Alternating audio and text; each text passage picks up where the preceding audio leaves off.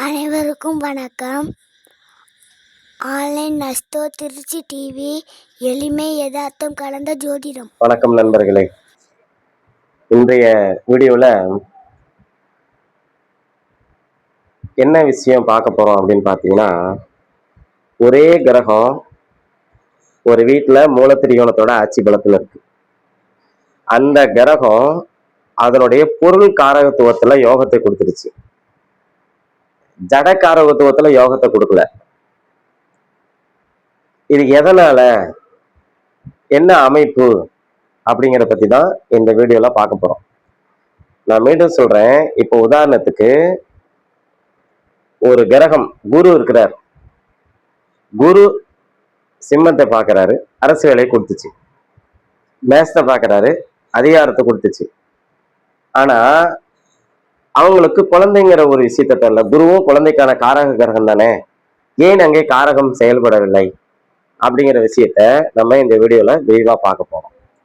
பொதுவா ஒரு கிரகம் அப்படிங்கிறது தான் நின்ற பாவத்தின் வழியாகவும், தான் இருக்கும் பாவத்தின் வழியாகவும், தான் நின்ற நட்சத்திரத்தின் வழியாகவும், தன்னை பார்த்த கிரகங்கள் தன்னுடன் இணைந்த கிரகத்தின் வழியாகவும் அது தன்னுடைய தசையிலையோ புத்தியிலையோ வேலை செய்யும். இந்த ஜாதகத்துல நம்ம தசா புத்தியெல்லாம் நம்ம எடுக்கல, சரிங்களா? உங்களுக்கு இந்த ஜாதகத்தை பார்த்தோன்னே டக்குன்னு புரியணும் அப்படிங்கிறதுக்காக தான் இந்த ஒரு புதிய முயற்சி. பொதுவா கிரகங்கள் பாத்தீங்கன்னா எப்பவுமே அது அச்சுல இருக்கும்போது ரொம்ப நல்லது. உங்களுக்கு புரியுற மாதிரி சொல்லணும்னா, ஒரு கிரகம் இருக்குன்னா அந்த கிரகம் மட்டும் தனியா இருக்கும். இன்னொரு கிரகத்தோட சேர்றது, நண்பராக இருந்தாலும் அவருடைய பார்வை செயற்கை எல்லாம் இல்லாம இருக்கிறது, இந்த மாதிரி விஷயத்தெல்லாம் கிரகங்கள் அது ஏத்துக்கிற மாதிரி நமக்கு தெரியல. அதனால தானே பலன்கள் மிஸ் ஆகுது. சரி, இப்போ ஒரு ஜாதகத்தை நம்ம போட்டு விளக்கம் கொடுக்கலாம். அதுக்கு முன்னாடியே நான் ஒரு சில விளக்கங்கள் கொடுத்துட்றேன். அதுதான் இப்போ நீங்க கேட்ட அந்த விளக்கம். சரி, இப்போ உங்களுக்கு திரையில இந்த ஜாதகம் காட்டப்படுது. நல்லா கவனிங்க. திரையில இந்த ஜாதகம் காட்டப்படுது. இந்த ஜாதகர் பாத்தீங்கன்னா ஒரு பெண்ணின் ஜாதகம். இந்த பெண்ணுடைய ஜாதகத்துல லக்னமா அமைஞ்சது கடக லக்னம். லக்னத்திலேயே கேது இருக்கிறார், லக்னத்திலேயே மாந்தி இருக்கிறார். 2ஆம் இடமான சிம்மத்துல சந்திரன் இருக்கிறார். இந்த சந்திரன் பங்குனி உத்தரத்துக்கு முதல் நாள்ல இருக்கிறார். அப்ப சூரியன் எங்க இருப்பார்னு நேரம் நீங்க கண்டுபிடிச்சிருக்கீங்க. ஓகே, உங்களுடைய புத்திசாலித்தனத்தை நான் பாராட்டுறேன். அதன் பிறகு பாத்தீங்கன்னா 6ஆம் இடம் சொல்லக்கூடிய தனுசு வீட்டுல குரு ஆட்சி பெற்று மூலத்திரிகோண வலுவோட 13 டிகிரி சென்டர் பிளேஸ்ல இருக்கிறார். அதுக்கப்புறம் பாத்தீங்கன்னா மகர ராசியில ராகு இருக்கிறாரு, 8 டிகிரில இருக்கிறார். சரிங்களா? மீனம் ராசியில புதன் வக்கரம் பெற்று 20 டிகிரிலையும் சூரியன் 13 டிகிரிலையும் இருக்கிறார். அதுக்கப்புறம் பாத்தீங்கன்னா சுக்கிரன் 28 டிகிரில இருக்கிறார். செவ்வாய் சுக்கிரன் மேசத்திலையும், செவ்வாய் 6 டிகிரிலையும், சனி 8 டிகிரிலையும், செவ்வாய் சனி 2 டிகிரி வித்தியாசத்துல சேர்ந்து ரிஷபராசியில இருக்கிறாங்க. இதுதான் உங்களுக்கு இங்க மேல தெரியக்கூடிய ஜாதகம். இப்போ இதனுடைய தசா புத்தியாந்தரங்களுக்குலாம் நம்ம போகல, அந்த டாபிக். இப்போ நல்லா கவனிச்சீங்கன்னா தெரியும், லக்னம் கடக லக்னம். லக்னத்தின் அதிபதி 2ஆம் இடத்துக்கு போயிடுச்சு. அதுவும் வளர்பிறையில நாளைக்கு பௌர்ணமினா இன்னைக்கு பிறந்திருக்காங்க. நல்ல அதிர்ஷ்டகரமான யோகமான ஜாதகம். சரிங்களா? சகல ஐஸ்வர்யம். அதை நான் முன்னாடியே சொல்லிட்டேன், பெண்ணின் ஜாதகம். இந்த பெண்ணு பிறந்ததுக்கு அப்புறம் இந்த பெண்ணுடைய அப்பாவுக்கு அரசு வேலை கிடைச்சிச்சு. சரிங்களா? அரசு வேலை கிடைச்சிச்சு. ஒரு எளிய குடும்பத்துல இருந்தாலுமே அவர் அதுக்கப்புறம் கொஞ்சம் கொஞ்சமா படிப்படி அந்த பெண்ணு வளர வளர அவருக்கு அந்த அரசாங்க வேலை கிடைச்சி ஒரு கீழ்நிலை பொசிஷன்ல வேலைக்கு சேர்ந்து இந்த பெண்ணு வளர வளர அவரும் நல்ல ப்ரொமோஷனோட நிறைய அமைப்புக்கு இந்த பெண்ணுடைய திருமணத்துக்கு முதலாம் அதுல ஓரளவுக்கு உயர்ந்த பதவியில அவர் இருந்தார். இன்னமும் இந்த பெண்ணினுடைய அப்பா உயிரோட இருக்கிறார். இந்த பெண்ணுக்கே இப்ப 54 அல்லது 55 வயசு இருக்கு. புரியுதுங்களா? அல்லது இதுல நீங்க ஒரு விஷயம் கவனிக்கணும். நம்ம எடுத்துக்கின்ற சப்ஜெக்ட் என்ன எடுத்தோம்? புத்திரகாரகன் சொல்றது குரு தானே. இதுல ஒரு விஷயம் கவனிக்கணும், உங்களுக்கு இன்னைய தேதி வரைக்கும் குழந்தை இல்லை, சரிங்களா? புத்திரகாரகன் சொல்லக்கூடிய கிரகம் குரு தானே. குரு மூல திரிகோணத்துல ஆட்சி பெற்று இருக்கேன், ஏன் குழந்தை இல்லை அப்படின்னு நீங்க கேட்கணும். சரி, நல்லா கவனிங்க. இந்த லக்னத்துக்கு குரு 5ஆம் அதிபதி அல்ல. குரு 5ஆம் அதிபதி அல்ல. அவரு 6ஆம் அதிபதி 9ஆம் அதிபதியுமாக வரார். நீங்க நல்லா கவனிக்கணும், சரிங்களா? நீங்க நட்சத்திரத்துக்குள்ளார வலு வச்சு சொன்னாலும் பலன் ஒண்ணுதான், ராசிக்கு அதாவது வெறும் கிரக இணைவுகளை வச்சு சொன்னாலும் பலன் ஒண்ணுதான். சரி, இப்போ இவங்களுடைய திருமணம் பாத்தீங்கன்னா எனக்கு நல்ல ஞாபகம் இருக்கு, ராகு திசையில தான் நடந்துச்சு. ராகு திசையோடைய பிற்பகுதியில நடந்துச்சு. சரி, நட்சத்திரம் பூர நட்சத்திரம். பூர நட்சத்திரத்துல ஒரு 10 வருஷம் இருப்பு வச்சுக்கோங்க, ஒரு அப்ராக்சிமேஷனா. அதுக்கப்புறம் பாத்தீங்கன்னா இந்த சூரியன் ஒரு 6 16, சந்திரன் ஒரு 10 26, செவ்வாய் ஒரு 7, 33 வயசு முடிஞ்சு 34ஆவது வயசுல திருமணம் ஆகுதுன்னு வைங்களேன். அப்போ அந்த ராகு தானே 18 வருஷம் அவர் தானே திசையை நடத்திருக்கணும். அவர் திசையில மேக்சிமம் இவங்களுக்கு அந்த குழந்தை பிறக்கக்கூடிய ஒரு டேம் அதானே. ஆனா அந்த டைம்ல ராகு அவருடைய அமைப்புல பாத்தீங்கன்னா குழந்தை உருவாகிறதுக்கான வாய்ப்பு எல்லாம் போச்சு. நீங்க நிறைய விஷயங்களை நீங்க ஆய்வு பண்ணும்போது உங்களுக்கு அது தெரியும். சரி, பார்ப்போம் என்ன அமைப்பு அப்படின்ட்டு. இந்த சப்ஜெக்ட்ல நம்ம இந்த வீடியோவுடைய தலைப்புல நம்ம என்ன எடுக்கிறோம் அப்படின்னா, குரு இந்த ஜாதகத்துல ஆட்சி பலம் மூல திரிகோணம் அடைஞ்சிருக்கு, புத்திரக்காரன் சொல்றோம். ஏன் இவங்களுக்கு குழந்தை இல்லை? நான் குழந்தை இல்லைன்னு முன்னாடி சொல்லிட்டேன். சரி, அதற்குரிய தன்மையை இப்ப விளக்குற பாருங்க. நான் நிறைய ஜாதகங்களை சொல்லியிருக்கேன். எந்த ஒரு ஜாதகமா இருந்தாலும் லக்னமும் லக்னாதிபதியும் நன்றாக இருக்க வேண்டும்.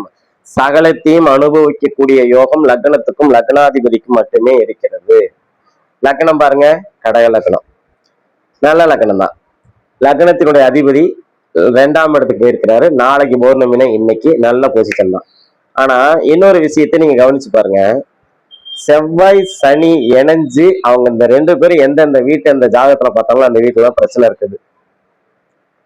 எப்படின்னு பாருங்க. செவ்வாய் சனியுடன் இணைஞ்சு 2 டிகிரி வித்தியாசத்துல 2 பேரும் அந்த வீட்டுல பெரிய சண்டை பண்ணிக்கிட்டு அவங்க பாக்குறதும் சண்டையா தான் கிடக்குது. சனி 3ஆம் பார்வையாக லக்னத்தை பார்த்திருக்கிறார், செவ்வாய் 4ஆம் பார்வையாக லக்னாதிபதியும் பார்த்தார். அப்ப செவ்வாய் சனி ரெண்டும் ஒண்ணு கூடி லக்னத்தையும் போட்டாச்சு, லக்னாதிபதியும் போட்டாச்சு. நீங்க நல்லா தெளிவா கவனிச்சுக்கிட்டா தெரியும். சரி, இது ஒரு பக்கம் இருக்கட்டும். கேது லக்னத்துல உட்காந்து லக்னத்துக்கு பின்னாடி போயாச்சு. அப்போ இவங்க என்ன பண்றாங்க? லக்னத்தோட கேதுனா ஒரு பெரிய ஆன்மீகவாதியா இருக்காங்க. எல்லா கோயிலுகளும் போய் சுத்துறாங்க, எல்லா தெய்வ வழிபாடும் இவங்க பண்றாங்க, எல்லா வகையான விரதங்களும் இவங்க கடைபிடிக்கிறாங்க. அப்ப லக்னத்தினுடைய தன்மையை சற்றும் குறையாமல் அந்த கேது பார்த்திருக்கிறார். சரி, இதுல லக்னத்துக்கு குருவின் பார்வை இல்ல, லக்னாதிபதிக்கு குருவின் பார்வை இருக்கிறது. அதாவது ஒரு விஷயம் சொல்லலாம், சிம்மம் அரசு வேலையை குறிக்கும். நம்மளுடைய லக்னத்துக்கு 10ஆம் அதிபதி அரசு வேலையை குறிக்கும். தொழில் ஸ்தானம், ஜீவனஸ்தானம், கர்மஸ்தானம் சொல்லுவாங்க. இங்க இந்த 2 விஷயத்தை இங்க சற்று ஆய்வு செய்யலாம். சரி, நல்லா பாருங்க. குரு 2ஆம் இடத்துலயும் 6ஆம் இடத்துலயும் 10ஆம் இடத்துலயும் இருந்தா சொல்லி கொடுக்கிற தொழில், ஆசிரியர் தொழில், வங்கி தொழில், நிதித்துறை, நீதித்துறை, மஞ்சள் நிறம் சார்ந்த ஒரு விஷயம், போதனை செய்யறது, அடுத்தவங்களுக்கு பாத்தீங்கன்னா டீச்சிங் பண்றது, இந்த மாதிரி அமைப்பெல்லாம் கட்டாயம் அவங்களுக்கு நல்லாவே வரும் அப்படின்னு சொல்லலாம். ஆனா நீங்க இன்னொரு விஷயமும் இதுல நீங்க தெளிவா கவனிக்கணும், நல்லா கவனிச்சுக்கங்க. இந்த லக்னத்துக்கு 2ஆம் இடத்தோட குரு தொடர்பு கொள்றார், 6ஆம் இடத்துல இருக்கிறார், 10ஆம் இடத்துல சுக்கிரன் இருக்கிறார். அந்த 10ஆம் இடத்துல இருக்கக்கூடிய சுக்கிரனை குரு பார்க்கிறார். இந்த டிகிரி வித்தியாசம் இருக்கு, சரிங்களா? அப்ப இவங்க ஒரு ஆசிரியர் தொழில இருக்கிறாங்க. 2ஆம் இடத்தோட குரு தொடர்பு போனாங்க, ஆசிரியர். லக்னத்துக்கு 10ஆம் இடத்தோட 10ஆம் இடத்தின் அதிபதியான செவ்வாய் சனியோட சேர்ந்துக்குச்சு. 10ஆம் இடத்துல சுக்கிரன் உட்காந்து குருவின் பார்வையில சுக்கிரன் இருக்கிறார். அப்ப குரு சுக்கிரனை 10ஆம் இடத்துல இருக்கக்கூடிய சுக்கிரனை பார்க்கறதுனால இவங்களுக்கு அரசு வேலை ஈஸியா கிடைச்சதுக்கு முக்கியமான காரணம் இதான். சார் ரொம்ப ஈஸியா கிடைச்சிச்சு, கதவை தட்டி பேராசிரியர் அதாவது கல்வி அமைச்சரா பேராசிரியர் அன்பழகன் இருக்கும்போது கதவை தட்டி வேலை கிடைச்சிச்சு, 10 பைசா செலவு இல்லாம ரொம்ப சிம்பிளா இவங்களுக்கு வந்து வேலை கிடைச்சிருச்சு. ஓகே, அப்போ இதுல இன்னொரு விஷயம் கவனிக்கணும், இந்த குருவின் பார்வையில சுக்கிரன் இவங்க வந்து பாத்தீங்கன்னா 10ஆம் இடத்தோட நேரடி தொடர்பு, அதனால இவங்களுக்கு அரசு வேலை கிடைச்சிருச்சு. ஆனா நல்லா கவனிங்க, 10ஆம் அதிபதி நல்ல நிலைமையில் இல்லை. நல்லா புரிஞ்சுக்கணும், 10ஆம் இடத்துல சுக்கிரன் இருந்து குருவின் பார்வையில இருக்கிறாரு. அப்ப தொழில் ஜீவன நல்ல உயர்ந்த ரக சாப்பாடு தான் சாப்பிடுறாங்க. தொழில் ஸ்தானம், ஜீவன ஸ்தானம், கர்மஸ்தானம் சொல்லக்கூடிய 10ஆம் இடத்துல சுக்கிரன் இருந்து அந்த சுக்கிரனை குரு பார்த்ததுனால இவங்களுக்கு அரசு வேலை கிடைச்சிச்சு.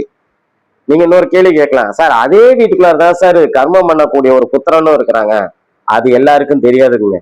ரொம்ப நம்மளுடைய வீடியோ பாக்குறவங்க மட்டும் தான் தெரியும், என்கிட்ட ஜாதகம் பாக்குறவங்களுக்கு மட்டும் தான் தெரியும். பிளஸ் கொஞ்சம் நாலேஜ் இருக்கிற பர்சனுங்கிட்ட ஜோதிடம் பார்த்தவங்களுக்கு இருக்கும். 10ஆம் இடம் தானே கர்மஸ்தானம், நம்ம கொல்லி வைக்கிறதுக்குள்ள இருக்கா இல்லையான்னு கேட்கறது 10ஆம் இடத்துல தானே. நல்லா கவனிங்க, 28 டிகிரியில சுக்கிரன் அந்த வீட்டுல இருக்கிறாரு. அந்த வீட்டுல இருந்து செவ்வாய் 6 டிகிரி, அடுத்த வீட்டுல 8 டிகிரியில. அப்போ கிட்டத்தட்ட 8 டிகிரியில செவ்வாய் வந்து சுக்கிரனோட நெருங்குறாரு.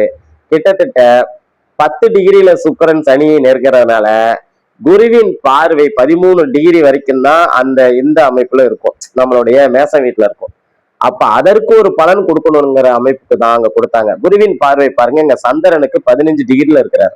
அப்படி கிடைச்சதுனால சந்திரனுக்கு சிம்மத்துக்கு குருவின் பார்வை இருந்தா அவங்க பெரும்பாலும் அரசு வேலையில இருப்பாங்க, அல்லது அவங்க அப்பா அரசு வேலையில இருப்பாங்க அப்படிமா. இதை பார்த்துட்டு ஒரு வீடியோ ஒருத்தர் போடுவார், என்னுடைய ஜாதகத்தில் குரு தனுசுல தான் இருக்குது ஆனா நான் அரசு வேலை இல்லையே அப்படின்னு சொல்லி போடுவார். சார் ஒவ்வொரு ஜாதகத்துக்குள்ளே ஒரு நுணுக்கம் இருக்கு சார். உடனே குருவின் பார்வை வந்து அதுக்கு நீங்க கடக லக்னத்துல பிறக்கணும்ல, கடக லக்னம் தானே சர்வீஸ் பண்ணக்கூடிய லக்னம். நீங்க வந்து ஒரு மகர லக்னத்துல பிறந்திருப்பீங்க, பின்னாடி 12ல குரு வந்திருக்கும், அது சிம்மத்தை பார்த்திருப்பாரு. நீங்க வெளிநாடு வெளியூர் வெளி மாநிலத்துல போய் நீங்க பொழைச்சிங்கன்னா தான் சார் உங்களுக்கு வருமானத்தை தருவாரு. குரு ஒரே குரு தான், லக்னங்கள் மாறுது இல்லைங்களா? சரி பார்ப்போம். அப்ப குருவின் பார்வை சிம்மத்துக்கு விழுவதுனால இவங்க அரசு வேலை வாங்கியாச்சு. ஆனா நல்ல கவனிங்க, 10ஆம் அதிபதி சனியோட சேர்ந்தனால அந்த அரசு வேலையில ரொம்ப கஷ்டப்பட்டு அவங்க இருந்துட்டு அவ்வளவு எதிர்ப்புகள். ஓகேங்களா? சரி, அதே மாதிரி பாத்தீங்கன்னா இந்த சிம்மத்துக்கும் செவ்வாய் உடைப்பாரு. சிம்மத்துக்கு செவ்வாய் மட்டும் இருந்து பார்வை பார்த்தா அந்த சிம்மம் வீடு பாதிப்படையாது. ஆனா சனியுடன் இணைஞ்சு அந்த வீட்டை பார்க்கும்போது பாதிப்படைய தான் செய்யுது. இதுல இன்னொரு விஷயமும் கவனிக்கணும், சுக்கிரனும் செவ்வாயும் பாத்தீங்கன்னா பரிவர்த்தனை அடைஞ்சிருக்கு. அப்போ இந்த இடத்துல இருக்கும்போது 10ஆம் இடத்துல வந்து மறைமுகமா செவ்வாய் வருகிறார், மறைமுகமா, நேரடியாக இல்லை. அப்ப வரும்போது 10ஆம் இடத்துல செவ்வாய் வந்து அவர் திக்பலம் பெற்று சுக்கிரன் அடுத்த வீட்டுக்கு போறார். நல்லா கவனிங்க, எந்த வலுவாக இருந்தாலும் அந்த எந்த நம்ம ஜாதகத்தை பார்க்கும்போது செவ்வாய் ரிஷப வீடுனா ரிஷப வீட்டுக்கு தான் நீங்க பலன் கொடுக்கணும். அவர் பரிவர்த்தனை ஆகி சுக்கிரனும் செவ்வாய் பரிவர்த்தனை ஆகிட்டாங்கன்னா தசையில ஓரளவுக்கு நல்ல பலன் கிடைக்கும், அல்லது தீய பலன் குறையும். இவ்வளவுதான் வச்சுக்கணும். தவிர செவ்வாய் மேசத்துல இருக்கிற மாதிரி நினைச்சிட்டு நம்ம ப்ரிடிக்ஷன் சொல்லக்கூடாது, சுக்கிரன் ரிஷபத்துல இருக்கிற மாதிரி நினைச்சிட்டு ப்ரிடிக்ஷன் சொல்லக்கூடாது அப்படின்னு. சரி, இந்த குருவுக்கு முதல்ல நல்லா பார்வை இருக்கா அப்படிங்கறத நம்ம எடுக்கணும். குரு பாருங்க, சனியும் செவ்வாயும் சேர்ந்து இணைஞ்சு 2 டிகிரி வித்தியாசத்துல இணைஞ்சு அவங்களுடைய பார்வையில செவ்வாய் 8ஆம் பார்வையில குருவை பார்க்கிறார். 7 டிகிரி விலகி குருவை பார்க்கிறதுனால இந்த இடத்துல குருவின் பார்வை சற்று வேறு கலர்ல நமக்கு தெரியும்னு அர்த்தம். நேரடியான குருவின் பார்வையில இது இல்லை, சரிங்களா அப்படின்னு அர்த்தம். சரி, அதே அமைப்புல இங்கே சந்திரனுடைய அமைப்பு வந்து பாத்தீங்கன்னா பௌர்ணமிக்கு முதல் நாள் இருக்கிறதுனால ஓரளவு நல்ல அமைப்பு இருக்கு. செவ்வாயின் பார்வையில இருக்கிறதுனால வருமானம்ல நல்ல அமைப்பு இருக்கு. ஆனா 2ஆம் இடம் கெட்டு போச்சு. குடும்பம் இருக்கு, ஆனா அதுல ஒரு நிம்மதி இல்லை. பணங்காசு இருக்கு, வெளியில தலை காட்ட முடியல. எந்த ஒரு விசேஷமும் கூட்டாலும் வரமாட்டாங்க. ஏன்னா எனக்கு வந்து குழந்தை இல்லப்பா, நான் போய் ஏதாவது விசேஷம் என்னை யாராவது தப்பா நினைப்பாங்க அப்படின்ட்டு அந்த தாழ்வு மனப்பான்மையோட இவங்க எந்த விசேஷமும் போறதில்லை. அப்ப உங்ககிட்ட இந்த காசு இருக்கு, ஆனா வெளியில வரமாட்டாங்க. பணம் இருக்கு, சரிங்களா, அந்த பணத்தை வச்சுட்டு இவங்களால எதுவும் பண்ண முடியல. நிறைய சொத்து பத்து எல்லாமே வாங்கி வச்சிருக்காங்க. கோபம், உங்க வீட்டு கோபம் எங்க வீட்டு கோபம். இந்த பெண் அழிஞ்சதே கோபத்தால தான். அழிஞ்சதுன்னு சொல்லக்கூடாது, இந்த பெண்ணுடைய வாழ்க்கையில எல்லா பலகீனத்துக்கும் காரணம் அந்த கோபம் தான். இவங்க ஒரு ஆசிரியர் பணியில இருக்காங்கன்னு சொன்னேன்ல, ஹெச்எம் டீச்சருக்கு உங்களுக்கு சேராது, சண்டை பண்ணிக்கிட்டே இருப்பாங்க. இவங்களுடைய குணம் அவங்களுக்கு ஒத்து போகல. இவங்க எல்லா இடத்துலயும் ஒரு அதிகாரத்தை பயன்படுத்துறாங்க. இவங்களுடைய கணவர்கிட்ட இவங்க அதிகாரம் பண்ணலாம். கணவர் முடிச்சு போட்டாருன்னு கம்முன்னு போவாரு. ஆமா, போற இடத்துல புரோட்டா எதிர்பார்க்க முடியுமா? அதே மாதிரி பேசி பேசி எல்லா இடத்துலயும் பிரச்சனை. ஸ்டேட்டஸை பத்தி அதிகம் பேசுவாங்க. இப்போ உதாரணத்துக்கு இந்த இந்த பெண்மணி பாத்தீங்கன்னா உங்களுக்கு ஒரு டீ வாங்கி தராங்கன்னு வச்சுங்க. இல்ல சார், இல்லைங்க மேம், இல்லைங்க டீச்சர், எனக்கு டீ எல்லாம் வேணாம் அப்படின்னீங்கன்னா, பரவாயில்லப்பா, உங்களுக்கு டீ உடம்புக்கு முடியல அதனால நீங்க வேணாம்னு சொல்றீங்களா? சொல்லவே மாட்டாங்க. உடனே என்ன பேசுவாங்க தெரியுங்களா? என் ஸ்டேட்டஸ்க்கு உங்களுக்கு நான் டீ வாங்கி தரேன் பாருங்க, என்னைய சொல்லணும் அப்படிங்கிற மாதிரி பேசுவாங்க. இது இவங்களுடைய குணம். இந்த குணத்தை யார் கொடுத்துச்சு? செவ்வாய் தானே கொடுத்துச்சு 4ஆம் பருவிய லக்னாதிபதியை பார்த்து. தாழ்வு மனப்பான்மை யார் கொடுத்தாங்க? சனி தானே கொடுத்துச்சு 3ஆம் பருவியாக. அப்ப செவ்வாயுடன் சனி இணைஞ்சு எந்த வீட்டை பார்த்தாலும் அந்த வீடு பாதிப்படையதான் செய்யுது. ஓகேங்களா? பணத்தை கொடுத்துச்சு, அரசு வேலையை கொடுத்துச்சு. ஆனா ஏன் ஆண் குழந்தையோ அல்லது ஒரு குழந்தையவோ இந்த ஜாதகத்துல உத்தரகாரன் சொல்லக்கூடிய குரு கொடுக்கல அப்படின்னு நீங்க பாத்தீங்க அப்படின்னா, குருவிற்கு செவ்வாய் சனியுடன் இணைந்த 8ஆம் பார்வை தோஷத்தை ஏற்படுத்தி விட்டது. குருவால அங்க முழுமையாக செயல்பட முடியவில்லை அப்படின்னு அர்த்தம். சரி, இதுல இன்னொரு விஷயமும் நீங்க கவனிக்கணும். எப்பவுமே குரு பாத்தீங்கன்னா பார்க்கிற இடத்தை வளர்க்கதான் செய்வார். 2ஆம் இடத்துல பணம் நிறைய இருக்குது. 2ஆம் இடத்தை பாக்குறாங்க. குடும்பம் ஓரளவுக்கு போயிட்டு இருக்குன்னு வச்சுங்களேன். பணம் நிறைய இருக்குது. பணத்தை வச்சு எதை வேணுமோ பண்ணிக்கலாமே. சரிங்களா? இவங்களுடைய வாழ்நாள மட்டும் 5 வீடு கட்டியிருக்காங்க. நீங்க இன்னொரு கேள்வி கேட்கலாம், என்ன சார் எதனால நான் 5 வீடு கட்டியிருக்கேங்க? சார் நல்லா கவனிங்க. 4ஆம் இடம் தான் வீடு. அந்த வீட்டுக்கான இடத்த பாருங்க, சுக்கிரன் பாக்குறார். 4ஆம் அதிபதியும் பாருங்க, குரு பாக்குறார். குரு பார்த்ததுனால பாத்தீங்கன்னா அந்த கிரகம் வலிமையா இருக்கு அப்படின்னு அர்த்தம். சரி, இதுல இன்னொரு விஷயமும் கவனிக்கணும். இந்த குழந்தை இவங்களுக்கு இல்லாம போனதுக்கு மெயினான காரணம் செவ்வாய் சனி சேர்ந்து 5ஆம் இடத்தை பார்த்தது. 5ஆம் இடத்திற்கு ஒருவேளை குருவின் பார்வை இருந்திருந்தால், 5ஆம் அதிபதிக்கு ஒருவேளை குருவின் பார்வை இருந்திருந்தால் நிச்சயம் இவங்களுக்கு குழந்தை இருக்கும் அப்படிங்கறது எந்த சந்தேகமும் இல்லை. சரி, இன்னொரு கேள்வி கேட்கலாம்.